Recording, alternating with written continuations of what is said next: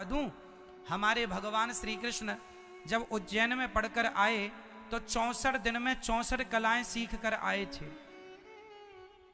64 दिन में क्या सीख कर आए?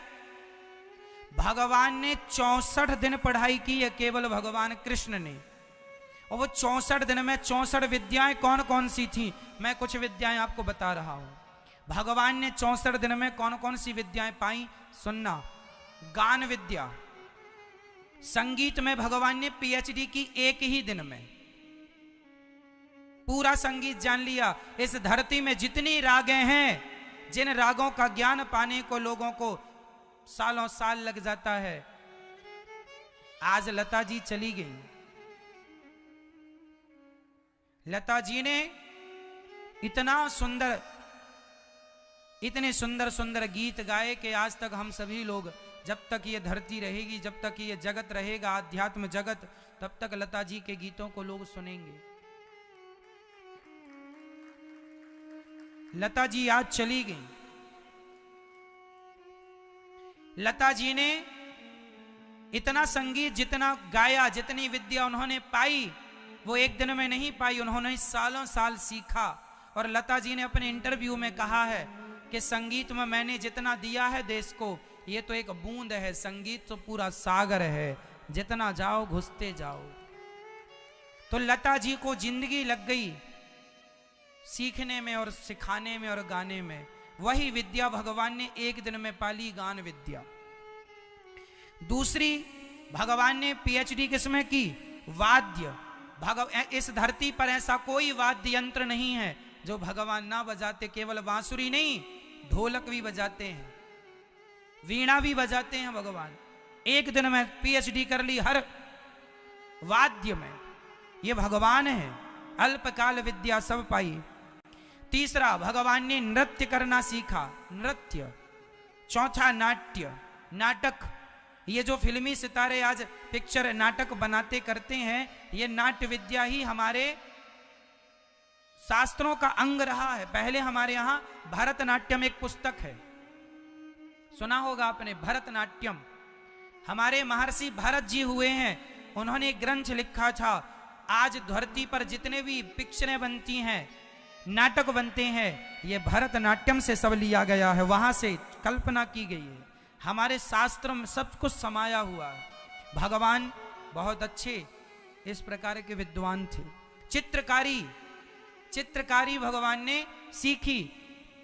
खेल, बैल बूटे बनाना, जितना भी काम है गृहस्थी में, जो जो निर्माण लगता है, सब कुछ। इसके बाद फूलों से भगवान श्रृंगार करते। ये जो महिलाएं पहनती हैं ना श्रृंगार, बाले, झुमके, वेंदी, इनका आविष्कार भगवान ने किया। भगवान ने ये विद्या सीखी थी। अच्छे अच्छे आभूषण पुष्पों के बना बना के अपनी पत्नियों का भगवान श्रृंगार किया करते थे। कई बार, एक बार राम जी सीता जी का श्रृंगार कर रहे थे, तब जयंत ने चोंच मारी। चर्चा लंबी है, नहीं सुनाएंगे हम ये सभी चर्चाएं अभी। अभी आपको ये बताएं कि भगवान ने 64 विद्याएं सीखी। 64 में बातें बताऊं तो टाइम लग जाएगा, मैं खास खास बताऊं। इसमें क्या क्या है सुनो। मणियों के रंग की पहचान और खानों की पहचान। जो खान होती है ना, खदान, कोयला की खदान, हीरे की खदान, इन खदानों की पहचान भगवान को थी कि यहाँ कोयला है, कि यहाँ खदान में हीरा है। ये सब विद्याएं पुरानी है। बड़े बड़े पुल बनाना, बड़े बड़े घर बनाना, जैसे आज बड़े बड़े इंजीनियर लोग पुल की डिजाइन करते हैं इत्यादि, नदी से इस पार से उस पार जो बनता है सब सिस्टम, पूरी गणित भगवान जानते थे। सब आविष्कार करना। यहां यह भी लिखा है यंत्र बनाना। इतना ही बताऊंगा मैं आपको। यंत्र बनाना, भगवान नाना प्रकार के यंत्र बनाना जानते थे। जैसे आज की भाषा में साइंस कहते हैं, भगवान सबसे बड़े साइंटिस्ट थे।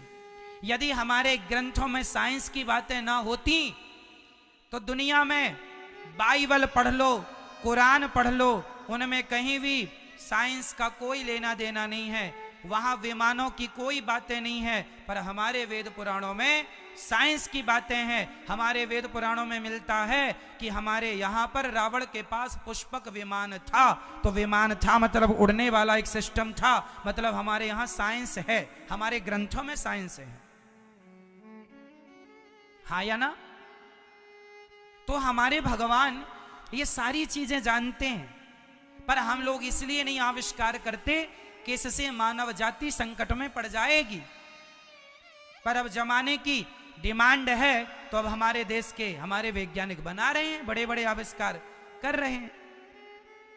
कुल मिला के मनुष्य वही है जो अपना लोक परलोक संवारने की बात करे और उस क्षेत्र में काम करे, वही मनुष्य है। पूर्ण मनुष्य केवल भारत के लोग ही हैं, अन्य तो लोग नहीं जानते कि पुण्य क्या है, पाप क्या है।